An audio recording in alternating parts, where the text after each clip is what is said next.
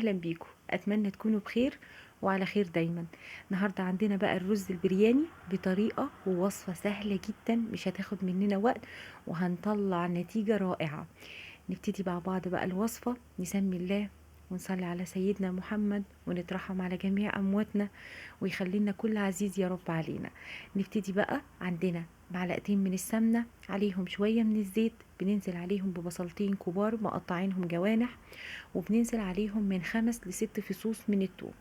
ممكن الثوم تكوني هرساه او تكوني مقطعاه زي ما انا كده مقطعاه، بس الافضل يكون مهروس عشان الريحه والطعم يكون اكتر في الوصفه. في الوقت اللي انا بحمر فيه البصل على النار، بيكون عندي حله تانية بكون ملياها ميه، بحط فيها التوابل الصحيحه. عندنا قرن فلفل حامي، لومي، ورق لوري، عندك قرفه، عندك هيل، وشويه من النعناع. بسيب كل دوت يغلي على جنب. في الحلة التانية اللي احنا كنا حاطين عليها البصل والثوم، بنزل عليهم بعد البصل اما بياخد يعني لون كده بني، بنزل عليه بجزرتين مبشورين وشوية او فنجان من الزبيب. بحمر كل الكلام ده تاني، برجعه على النار لحد ما احس ان الجزر نفسه لونه بقى اشقر. مهمة جدا التحمير في الوصفة دي، لان التحمير ده هو اللي يعني بيعزز طعم الوصفة نفسها. بعد ما بخلصها شوية كده بحمرها على النار، بنزل عليهم ب4 طماطميات متقطعين مكعبات، برجعها تاني على النار وبسيبها تتسبك كويس وتدبل خالص عندي الطماطم. في الوقت ده بيكون عندي فراخ مقطعاها حوالي من 8 ل9 قطع من يعني مقطعها حوالي 9 أجزاء، أو ممكن أقل وممكن من غير عظم زي ما انت عايزة. الأحلى إن هي تكون مقطعة صغير.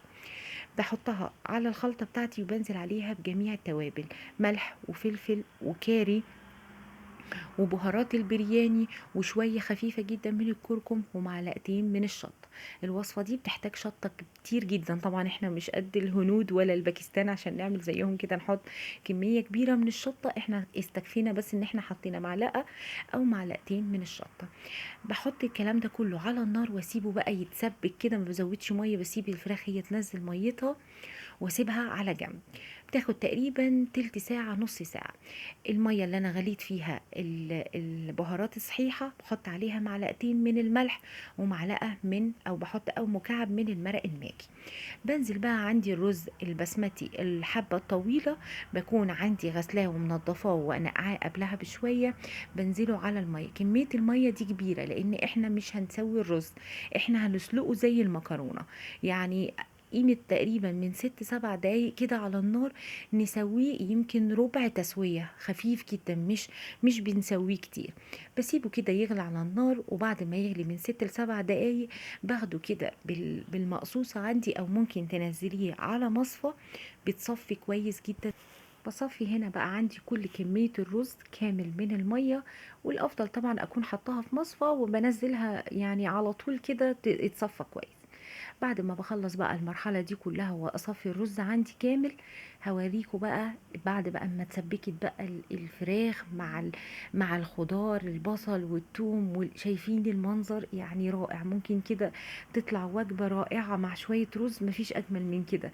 تبقى عاملة زي كده الرز بالكاري وكده.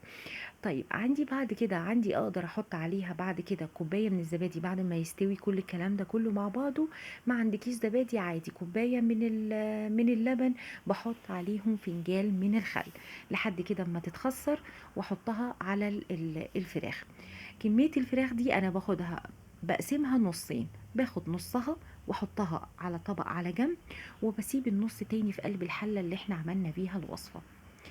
باخد بقى الرز اللي انا سلقته نص سلقه، باخد نص كميته بحطه على خلطه الفراخ اللي احنا حطيناها، اللي هي الطبقه الاولانيه. بنزل عليها بكميه الرز.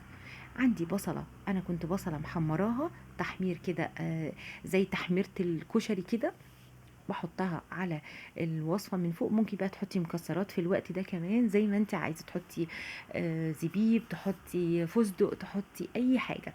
بحط بعد طبقة الرز دي بحط الطبقة التانية بتاعت الفراخ اللي احنا كنا واخدين منها جزء منها، بحطه في نص الوصفة، يعني زي كأنها طبقة من الفراخ وبعد كده طبقة من الرز وبعد كده طبقة الفراخ التانية. بنزل عليها بقى ببقية الرز التاني اللي هي الطبقة التانية. بنزل بقى كل دوت مع بعضه، وبحطه بقى لحد ما بخلص كمية الرز كلها اللي عندي دي، تقريبا كيلو، بتعمل ما شاء الله يعني، بتعمل حلة كبيرة. وبعد كده بنزل بقى، عندي بقية البصلة المحمرة اللي انا كنت محمراها، تقدري برضو تحطي زي ما قلتلك مكسرات، فستق، زي ما انت عايزة.